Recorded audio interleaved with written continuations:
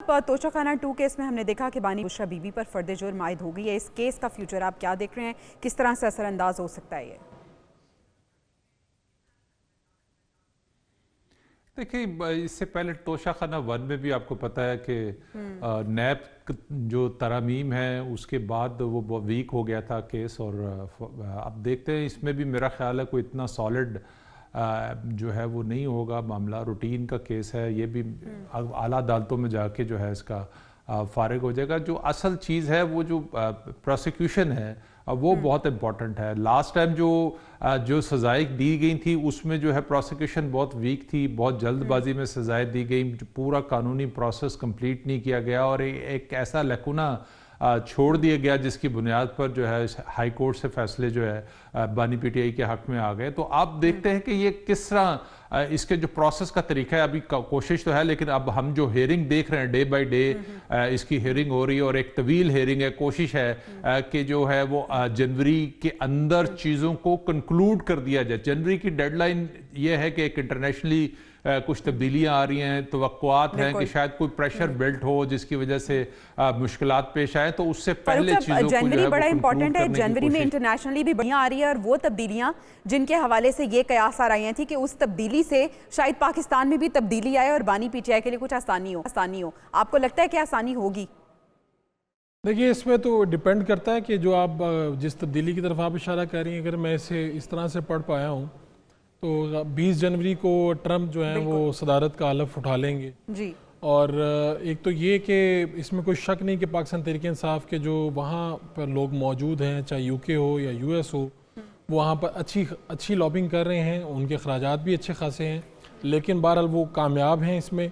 और पाकिस्तान मुस्लिम लीग नून, peoples party और दीगर जो पार्टियाँ हैं, मैं इनकी नाकामी से उसे ताबीर करूँगा कि अपने किसी मसले को जब भी इनके साथ अगर कभी इस्टेब्लिशमेंट ने भी ज़्यादती की तो ये कभी भी पाकिस्तान में भी इसको सही तरह कम्युनिकेट नहीं कर पाए, लेकिन पाकिस्तान तहरीक-ए-इंसाफ जो है वो इसे आलमी मंजरनामे का हिस्सा बना देती है।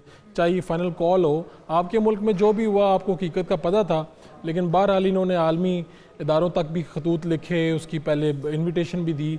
इसी तरह जो आपका सवाल ये था कि क्या उससे कुछ तब्दील होगा, वहाँ पर हालात बदलते रहते हैं, लेकिन उस वक्त तो इलेक्शन का एक माहौल था। बहुत बड़ी अगर कहीं का तब्दीली कि ट्रंप कहें एक दिन उठें और वो कहें कि चलें जी खान साहब को बाहर निकालें, ऐसा कुछ नहीं है। ठीक है, आपको ऐसा लगता है कि बहुत बड़ी तब्दीली नहीं आ सकती, लेकिन देखना ये है कि आने वाला नजर आता है वो क्या तब्दीली का इशारा देता है। नाज़रीन, ब्रेक पे जाना है, वापस बात करेंगे। सुप्रीम कोर्ट ने रुकने कौमी असम्बली आदिल बाज़ई की रुकनीत जो है वो उसको बहाल कर दिया है। वेलकम बैक नाज़रीन। इलेक्शन कमीशन ने स्पीकर कौमी असम्बली सरदार अयाज सादी की दरख्वास्त पर आदिल बाज़ई की कौमी असम्बली की रुकनीत मुअत्तल की थी। उनका कसूर क्या था, उन्होंने किया क्या था, वो भी आपको बता देते हैं। 26वीं आईनी तरमीम के लिए वो अपोजिशन बेंचेस में जाकर बैठ गए थे, लेकिन अब सुप्रीम कोर्ट ने उनकी रुकनीत बहाल कर दी है। आदिल साहब, आदिल बाज़ई मुखालिफ पार्टी के वाकई हामी हैं या अफवाह थी? अब सुप्रीम कोर्ट ने उनकी रुकनीत भी बहाल कर दी है। देखिए, उस मौके पे उन्होंने एक ख्वाहिश का इज़हार किया था, लेकिन जो उनके डॉक्यूमेंट्स पेश किए गए थे जिसकी बुनियाद पर रेफरेंस बना था और इलेक्शन कमीशन ने जो है उनको नाअहल करार दे दिया था। Basically election commission of Pakistan जो है वो कोई तहकीकाती इदारा तो नहीं है। उन्होंने वो दो जो हलफनामे वहाँ पेश किए गए उसकी कोई ना फोरेंसिक हुआ ना कुछ हुआ और उन्होंने एक फ़ैसला सुना दिया। इलेक्शन कमीशन की जानबदारी पर तो हमेशा से उंगलियां उठती रही हैं और सुप्रीम कोर्ट और इलेक्शन कमीशन गो के दोनों आईनी इदारे हैं, लेकिन दोनों में जो एक कंट्रोवर्सी है वो उसी तरह चल रही है। और आज जिस बेंच ने ये फैसला सुनाया वहाँ से भी इसी तरह की तवक्का थी कि वहाँ से क्या फ़ैसला आ सकता है, क्योंकि जस्टिस मंसूर अली शाह हों, जस्टिस आयशा मलिक हों, उनकी एक राय है इलेक्शन कमीशन के हवाले से। तो अब मामला तो ये था कि दूसरी जो इसमें इम्पॉर्टेंट चीज़ है कि इलेक्शन कमीशन का जो वकील है वो भी अपने ही फैसले को इस्टेब्लिश नहीं कर सका सुप्रीम कोर्ट ऑफ पाकिस्तान में। तो अब ये फैसला तो हो गया है, लेकिन अब आप देखें ना, दीदा दलेरी तो इलेक्शन कमीशन ऑफ पाकिस्तान की हम देखते आ रहे हैं। 26 जो मखसूस नशिस्तों का फैसला है, इलेक्शन कमीशन अभी तक लेके बैठा हुआ है। 8 जजेस का फैसला है, लेकिन इलेक्शन कमीशन ने उस पर इम्प्लीमेंट नहीं किया। तो सवाल तो उठते हैं और सवालों के जवाब देने तो चाहिए उनको, लेकिन अभी तक सूरत हाल ऐसी चल रही है, पिंग पोंग बना हुआ है। आप यहाँ से इलेक्शन कमीशन की जो चीज़ है वो सुप्रीम कोर्ट से रिजेक्ट हो जाती है, सुप्रीम कोर्ट का कोई फैसला होता है आदिल साहब, दोनों आईनी इदारे हैं, लेकिन सवाल ये है फारूक साहब कि क्या इलेक्शन कमीशन मुल्क की तमाम से बालातर है? अच्छा, ये सवाल मुझसे है आपने? जी, आपका सवाल क्या है, दोबारा ज़रा बताइएगा। मैं ये कह रही हूँ कि दोनों आईनी इदारे हैं, इलेक्शन कमीशन भी, सुप्रीम कोर्ट भी, लेकिन इलेक्शन कमीशन का जो जानिबदाराना रवैया है और जो इनकी रविश है, क्या ये बालातर है अदालती इदारों से भी? अब देखिए, ये तो एक न्यूज़ के डायरेक्ट लाइन में मैं कुछ ऐसा नहीं कहना चाहता कि पैमरा या कहीं और से आपको कोई मसला हो जाए। मैं तो सिर्फ इस बात पे परेशान हूँ कि 2 हलफनामे और इलेक्शन कमीशन, ठीक है आदिल भाई, आप मार्जिन दे लें कि वो कोई ऐसा इदारा नहीं है जो कि तहकीक कर सके, तो फिर हमने इस इदारे को क्या ज़िम्मेदारी दी हुई है कि पाकिस्तान की जो क़यादत है वो इस इदारे ने जो इलेक्शन करवाने हैं उसके नतीजे में वो हमारे ऊपर रूल करेगी, वो 25 करोड़ का मुल्क चलाएगी। और अपनी हालत ये है कि वो दो हलफनामों की बात हुई, जो उसमें कार्रवाई भी अगर आप सुने अदालत की तो उसमें भी हंसी आती है कि किस तरह से वो कहते हैं जी मैंने दूसरे हलफनामे पे दस्तखत किए, दिखाए ये गए। तो इलेक्शन कमीशन ऑफ पाकिस्तान ने 8 फरवरी से लेके आज तक जो कुछ भी किया इलेक्शन करवाने समेत, तो कहाँ पे हमें जागसाई का बायस नहीं बनी इलेक्शन कमीशन की कार्रवाइयाँ।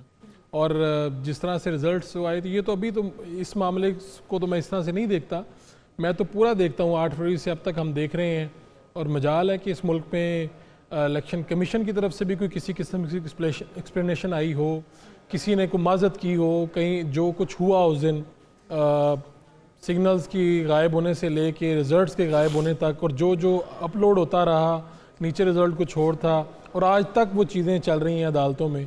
तो पूरा इलेक्शन और पूरा सिस्टम ही मजाक बना, और इसके नतीजे में इलेक्शन कमीशन सबसे ज़्यादा इस बात का ज़िम्मेदार है कि पूरे मुल्क में एक जो एतमाद नहीं रहा इलेक्शन सिस्टम के ऊपर, और पूरे मुल्क का ये एतमाद नहीं रहा कि जो वोट डालता है क्या वो वोट निकलता भी है या नहीं निकलता।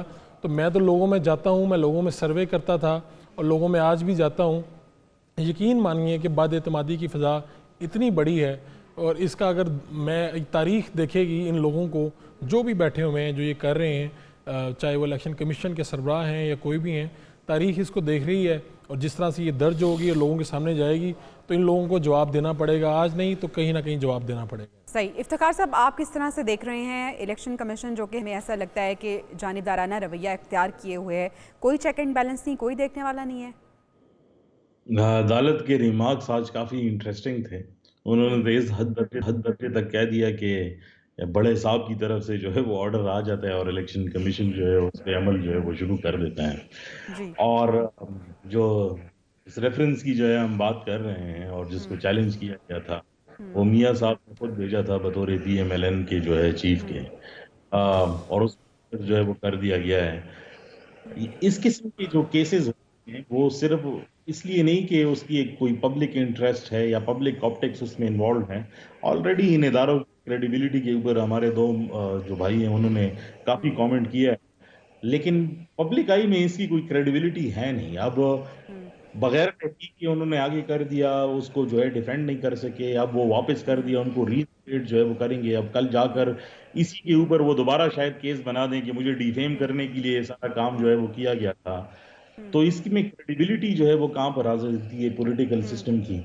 और दूसरी बात ये है कि जिस बेंच के हवाले से जो है वो बात की गई, ऑलरेडी उसके ऊपर भी जो है लोगों के एक इम्प्रेशन है पर्टिकुलरली कि वो एक स्पेसिफिक एंगल के थ्रू जो है वो डिक्टेशन जो है वो कर रहे हैं। तो ये पूरा सिस्टम जो है इस टाइम पर जो है वो एक दूसरे के खिलाफ जो है लगा हुआ है। उसमें अगर कोई कोहेरेंस नजर सिस्टम एक दूसरे के खिलाफ लगा हुआ है। और अगर हम बात